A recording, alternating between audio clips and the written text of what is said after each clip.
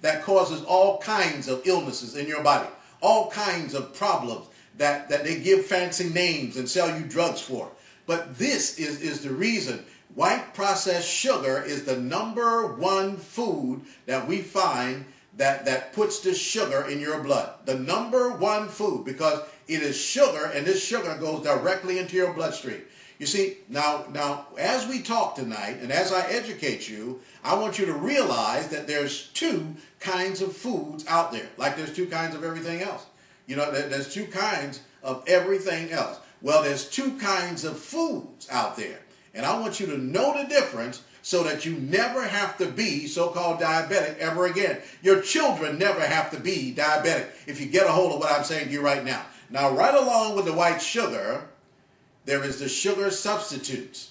Now, the sugar substitutes, the little pink packs, blue packs, the little yellow packs, those things right that we're talking about there, the sugar substitutes, we found that they're anywhere from 300 to 500 times sweeter than the white sugar itself. That means the minute that you put it in your body, the minute it hits your tongue, it goes directly into your bloodstream and then directly to your brain. This stuff can be very, very, very dangerous for you and your family.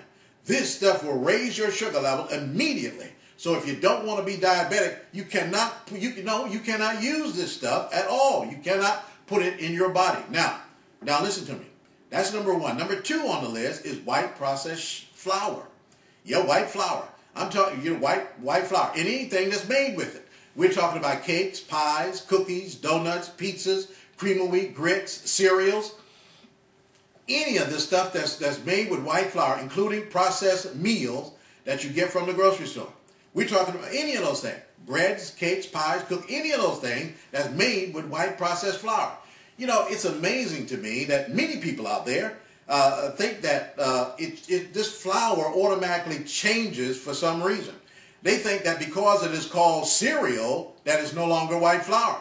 But it is white flour. That's what it is. You can call it whatever you want, but to the body, it is what? Sugar. It is sugar to the body. So white flour is sugar to your body, no matter what form it's in. Whether it's in a biscuit, a bagel, or cereal that you get from the grocery store, just about all of the cereals in the grocery store is white flour. Therefore, they are sugar to your body.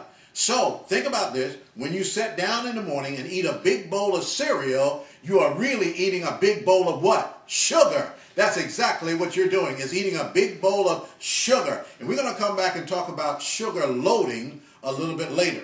But that's what most people do every day of their life. They sugar load their bodies when they get up in the morning time. Now, and that decides right away that they're going to be diabetic that day. That's exactly what happens. I'm going to show you how people do that.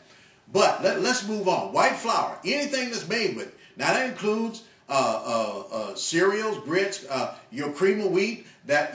Even though you say cream of wheat, yes, cream of wheat is sugar to your body. No, the only way that it's not is that it's whole grain. Write that down. You need whole grain grits, whole grain cereals, whole grain bread, whole grain biscuit, all of it. Whole grain is the key word. Not whole wheat, but whole grain is you want. Now, we also talked about the sugar before, but I didn't give you the opposite of that. So why don't we do that? As I go down the list here, I'm going to give you both kinds of foods. I'm going to give you what I call live foods and dead foods. All right? Live foods and dead foods. So draw a line on your page and put live foods and dead foods, because you need to know about this, because if you eat dead,